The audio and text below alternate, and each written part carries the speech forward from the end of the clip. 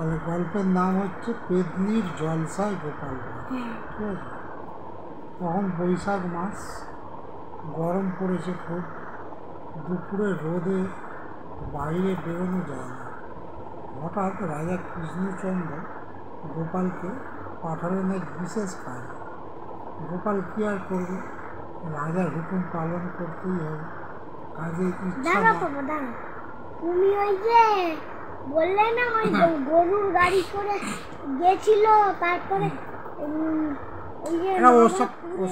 ওসব পরে আগে এই গল্পটার কথাটা এই গল্পটাতেই অবশ্য হ্যাঁ, এই কাজে ইচ্ছা না থাকলেও গোপাল রাজি হল। অবশ্য এই কাজের জন্য রাজা গোপালকে পারিশ্রমিক দেবেন। তাড়াতাড়ি তো বলছি, পারিশ্রমিক দেবেন। ঠিক আছে।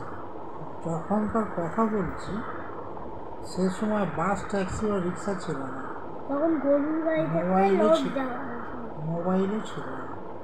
ঠিক আছে। ইন্টারনেটও ছিল না, স্মার্ট টিভিও ছিল না। লোক সময় কাটাতো লুডো খেলে।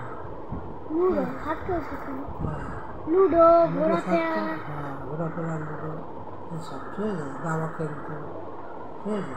এসব খেলতো, শিবগোজি খেলতো, অনেক রকম, ডাঙ্গুলি খেলতো, অনেক রকমের খেলা আছে। সেসব খেলা খেলতো। বাইরে ঘুরে বেড়াতো, মিষ্টি খেত, এসব এবার কথা বলছে। তখনকার কথা বলছি, সেই সময় বাস, ট্যাক্সি, রিক্সা এসব ছিল না, মোবাইল ফোন ছিল। ঠিক। তো যেতে হলে গরু বা মোষের গাড়ি আর জলপথে নৌকা ছাড়া কোনো উপায় ছিল না। ঠিক আছে। ইংরেজরা এদেশে তখন এসেছে বটে, কিন্তু ভালোভাবে জাঁকিয়ে বসতে পারেনি।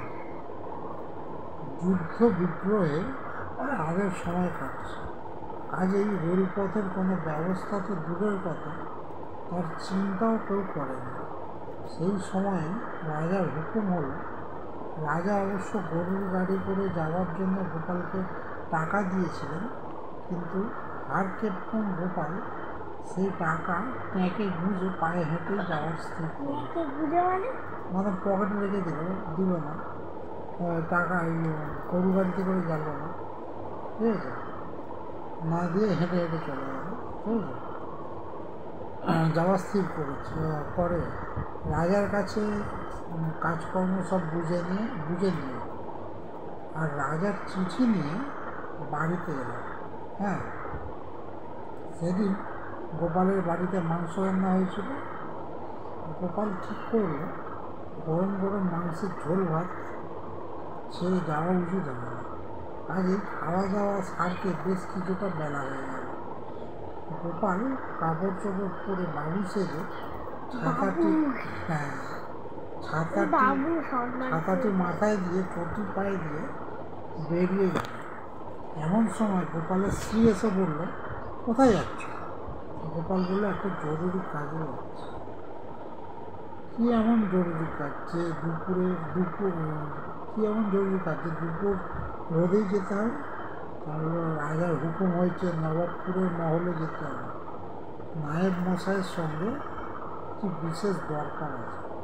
কাজটা খুব জরুরি কি না, তাই আর কাউকে না পাঠিয়ে রাজা আমাকেই পাঠাচ্ছে। বলছে, কবে ফিরবে? গোপালের বউ বলছিল, কবে ফিরবে?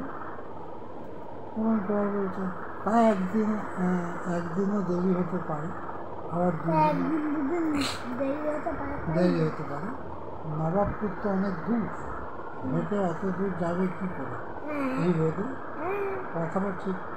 তখন গোপাল কথাটা ঠিক, কিন্তু কি জানো কৃষ্ণনগর থেকে গরুর গাড়ি করে যেতে হলে অনেক টাকা লেগে যাবে। তখন গোপালের বলছে, কেন?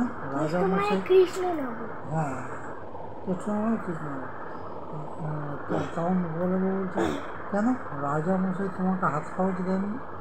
তখন গোপাল বলছে, তা দিয়েছে, কিন্তু দিয়েছেন বলেই খরচ করতে হবে এমন তো কোনো কথা নেই। দেখা যাক কত দূর হেঁটে যেতে পারে, তারপর যা হোক ব্যবস্থা করা যাবে। ঠিক আছে।